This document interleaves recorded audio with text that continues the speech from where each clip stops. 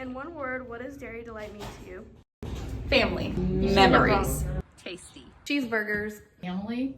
Delicious. Shenanigans. So I'm a new grandmother. My grandson just turned 1 last Friday in April.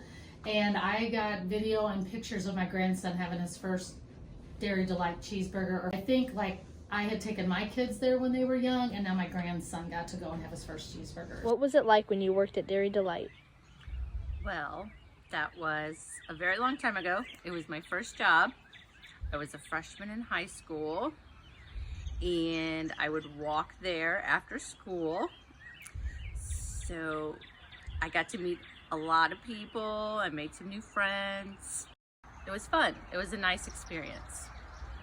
It was my first job other than babysitting, and my best friend in high school, her mom owned Dairy Delight, and so it was fun to be able to work with Vicky and other girls that I knew for my first job. What is your favorite thing about working at Dairy Delight? I learned how to make an ice cream cone, and you got to mix whatever kind of blizzard or cyclone that you want. So anything off the menu you wanted to put in your ice cream, you could do so.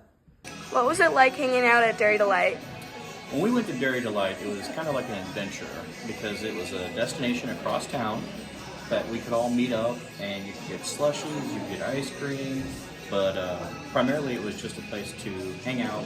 In what ways do you think places like Dairy Delight represent shared American traditions or values?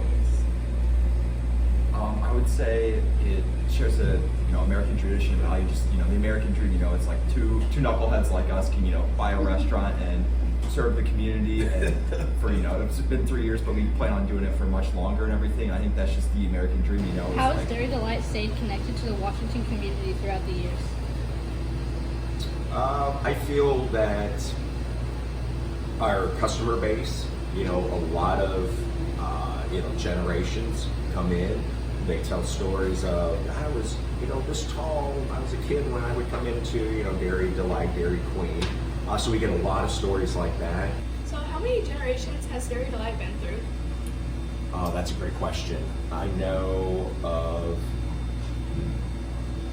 probably about 5 that I'm aware of where I knew some of the owners. Right. Can you tell us a little bit about the history of Delight, or Dairy Delight? How has it changed over the years? Yeah, so funny story. So it was I forget their name. Do you know who it was? It was the Kukum. So it's my great aunt and uncle on my mom's side of the family. They owned it with another couple. And the reason why it changed from a Dairy Queen to Dairy Delight in the 70s was it was a cold winter day and everything. And they made chili, which chili wasn't on a Dairy Queen menu.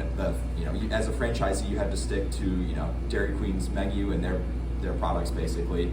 They made chili, they were serving it, and one of the higher ups came in and said, you have to dump it right there. And they're like, we don't want to dump it, we'll just take it home. It's like, no, dump it right there. And ever since then, they're like, yeah, we're done with Dairy Queen, we're changed to Dairy Delight, and the rest is history.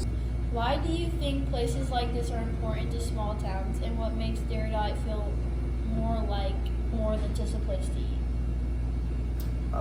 I think it starts with customer service, great food. We have that. When we took over, our motto was, don't mess it up.